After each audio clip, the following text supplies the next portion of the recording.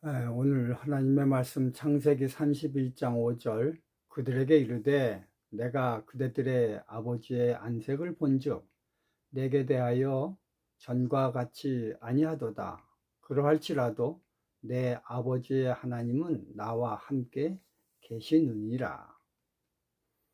설교 제목은 보이는 권력자 아버지를 믿냐 아니면 보이지 않는 하늘 아버지를 믿나 입니다. 여기서 모세는 글을 쓰며 그대들의 아버지와 내 아버지 하나님을 비교하여 나열하고 있습니다. 육신의 아버지와 영적인 아버지의 다른 점을 매우 분명하게 알려줍니다. 그대들의 아버지인 라반은 인간 세상에서 그저 그런 사람이 아닌 욕심에 관해선 너무나 특별한 사람입니다. 너무나 특별하기 때문에 성경을 보면 아비를 열애시키고 아들 라반이 전반에 나타나고 있습니다. 엘리에셀이 하란 땅에 가서 이삭의 부인감을 찾으러 나가 우물가에서 리브가를 만나 이렇게 물었습니다. 창세기 24장 23절 24절 가로되 내가 네 딸이냐 청컨대 내게 고하라 내 부친의 집에 우리 유숙할 곳이 있느냐. 그 여자가 그에게 이르되 나는 밀가가 나홀에게서 낳은 아들 부두엘의 딸이니이다. 분명 엘리에셀은 리브가의 부친에 대해서 물었다. 그러나 리브가의 부친인 부두엘보다 그녀의 오라비인 라반이 리브가의 결혼 결정의 전면에 나서게 됩니다. 야곱에 대해서도 야곱 때에 와서도 창세기 29장 5절에 보면요. 야곱이 그들에게 이르되 너희가 나홀의 손자 라반을 아느냐. 그들이 가로되 아노라. 성경적으로는요. 나홀의 아들 부두엘과 손자 라반을 아느냐로 적혀 있어야 합니다. 그런데 부두엘은 패싱당하며 나홀과 라반이 등장합니다. 이처럼 라반이 너무 강해 아비임에도 불구하고 부두엘은 존재 자체가 없습니다. 라반은 자기 여동생 리브가에 대해 긍지가 있었습니다. 섣불리 보통의 남자에게 줄 마음이 절대 없었습니다. 그래서 성경은 라반이 우물가로 뛰어나온 이유에 대해서 이렇게 설명하고 있습니다. 창세기 24장 30절 그가 그 누이의 고리와 그 손에 손목고리를 보고 또 그 누이 리브가가 그 사람이 자기에게 이같이 말하더라람을 듣고 자기 여동생의 남편이 될 남자의 인격이나 품성에 대해 듣고 행동한 것이 아니라 재물이 풍부한 것에 대한 것을 보고 듣고 잽싸게 움직였습니다. 이러한 광경은 자기 딸의 남편을 고르는 데에서도 동일하게 적용됩니다. 창세기 29장 14절 15절 야곱이 한 달을 그와 함께 거하더니 라반이 야곱에게 이르되 내가 비록 나의 생질이나 어찌 공으로 내 일만 하겠느냐 무엇이 내 보수이겠느냐 내게 고하라. 라반이 한 달을 야곱과 함께 지내보니 정말 성실하고 열심히 일하는 모습에 경제적으로 탐이 나는 청년이었습니다. 이런 야곱이 자신의 보수로 창세기 29장 18절 내가 외삼촌의 작은 딸 라헬을 위하여 외삼촌에게 7년을 봉사하리이다. 작은 딸 라헬을 원하자 라반은 이 계약을 허락합니다. 그런데 그 허락한 이유에 대해서 성경은 말하기를 19절입니다. 라반이 가로되 그를 내게 주는 것이 타인에게 주는 것보다 나으니 나와 함께 있으라. 딸의 남편으로 인격이나 품성의 잣대가 된 것이 아니라 타인에게 주는 것보다 낫기 때문에 여기서 보듯이 장사 속으로 남과 비교 우위를 판단하고 정하는 것입니다. 이처럼 라반은 돈에 대한 욕심이 특심이 되어 나중에는 라헬 대신 레아를 가짜 신부로 둔갑하여 들여보냄으로써 야곱을 7년도 공짜로 부려먹게 됩니다. 야곱이 14년을 라반에게 봉사한 후 자기 고향인 가나안으로 돌아간다고 하자 라반은 야곱을 붙들기 위해 또다시 야곱과 흥정을 하고 있습니다. 내가 결혼한 후 집사람이 영양학과 더불어 신학을 한다고 해서요. 결혼 후에도 학교를 더 다니게 되었습니다.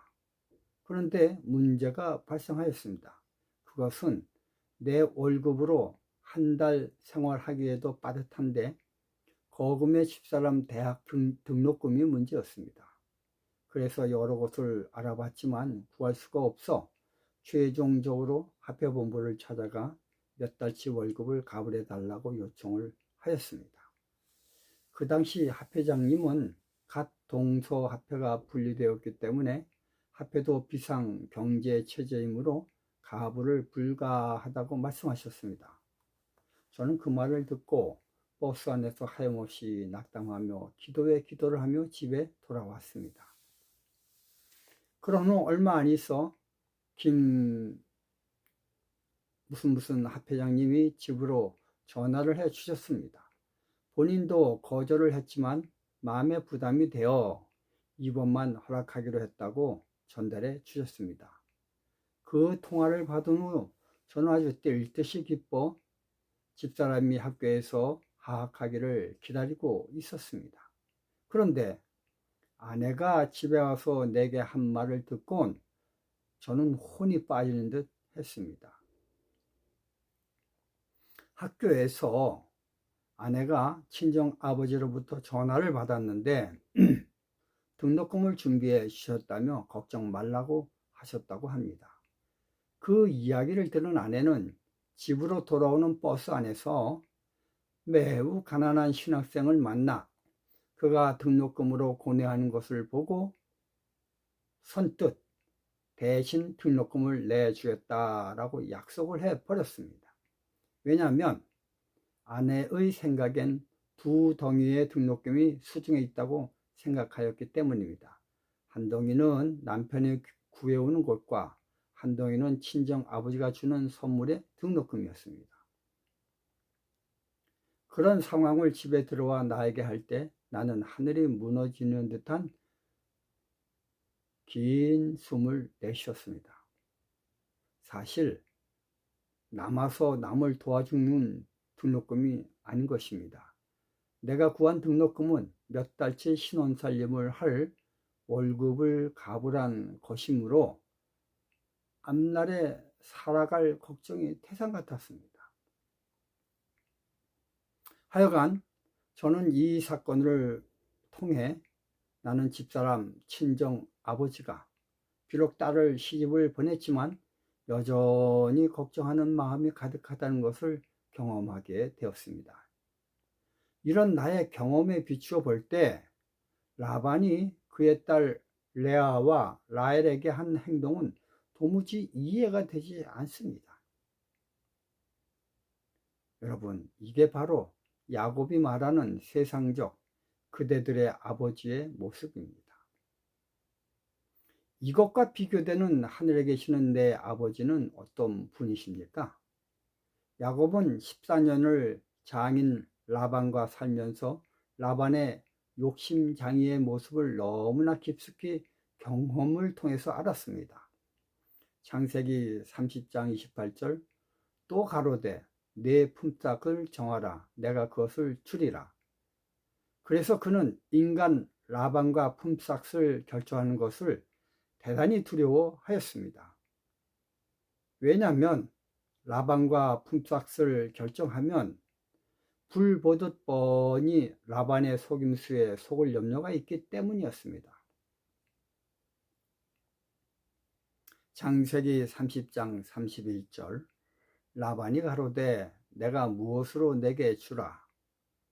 야곱이 가로되 외삼촌께서 아무것도 내게 주실 것이 아닙니다.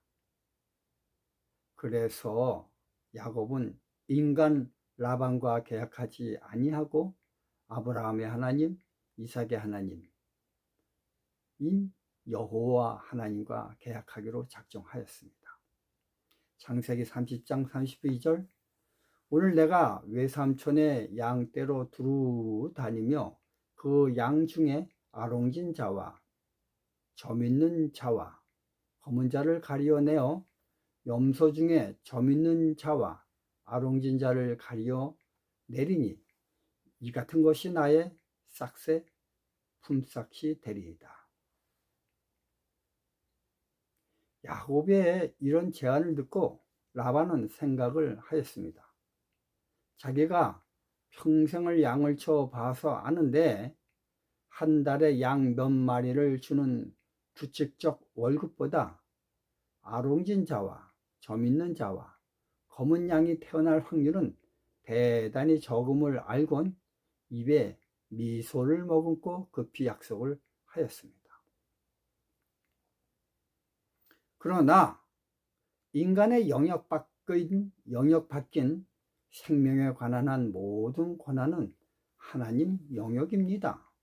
그래서 하나님은 창세기 31장 10절 13절 그 양떼가 새끼 뵐 때 내가 꿈에 눈을 들어보니 양떼를 탄 수양은 다 얼룩무늬 있는 것, 점 있는 것, 아롱진 것이었더라. 꿈에 하나님의 사자가 내게 말씀하시기를 야곱아 하기로 내가 대답하기를 여기 있나이다 하매 가라사대 내 눈을 들어 보라. 양떼를 탄 수양은 다 얼룩무늬 있는 것, 점 있는 것, 아롱진 것이니라. 라반이 내게 행한 모든 것을 내가 보았노라. 나는 베델 하나님이니라. 이러한 모든 야곱의 이야기를 들은 그대들의 아버지의 딸들인 레아와 라헬은 말하기를 창세기 31장 14, 15절 라헬과 레아가 그에게 대답하여 가로되 우리가 우리 아버지 집에서 무슨 분깃이나 유업이나 있으리요? 아버지가 우리를 팔고 우리의 돈을 다 먹었으니 아버지가 우리를 외인으로 여기는 것이 아닌가? 이처럼 그대들의 아버지를 가진 레아와 라헬이 우리의 아버지인 하늘 아버지 편으로 속하자 야곱은 명령을 내렸습니다. 창세기 31장 17절 18절 야곱이 일어나 자식들과 아내들을 약대들에게 태우고 그 얻은 바 모든 짐승과 모든 소유물 곧 그가 밧단 아람에서 얻은 짐승을 이끌고 가나안 땅에 있는 그 아비 이삭에게로 가려 했다. 여러분, 눈에 보이는 권력자 인간 라반을 두려워하고 따르겠습니까? 아니면 눈에 보이지 않는 권력자 여호와 하나님을 따르겠습니까? 이게 믿음입니다. 야곱의 결정은 성경을 읽는 우리에겐 매우 쉬운 결정인 것처럼 보이지만 실상 우리가 사회에서 야곱의 결정을 한다는 것은 세상적으로 매우 어리석고 미련한 것처럼 보이는 결정입니다. 제가 군대에서 보이는 국가 법보다 보이지 않는 하나님의 법인 안식일을 지키려고 결정을 하였습니다. 그러자 나의 어리석음을 탓하는 대위 계급을 단 상관이 내게 말하기를 군대는 위급 상황이야. 그것은 하나님도 다 아신다. 그러므로 나도 일요일에 비상사태가 나면 교회를 안 가고 훈련에 돌입한다. 그러니 너도 군대에선 안식일을 접고 제대 후 신실하게 안식일을 지켜라. 이처럼 보이지 않는 하나님의 법을 선택한다는 것은 매우 힘든 것입니다. 감사합니다.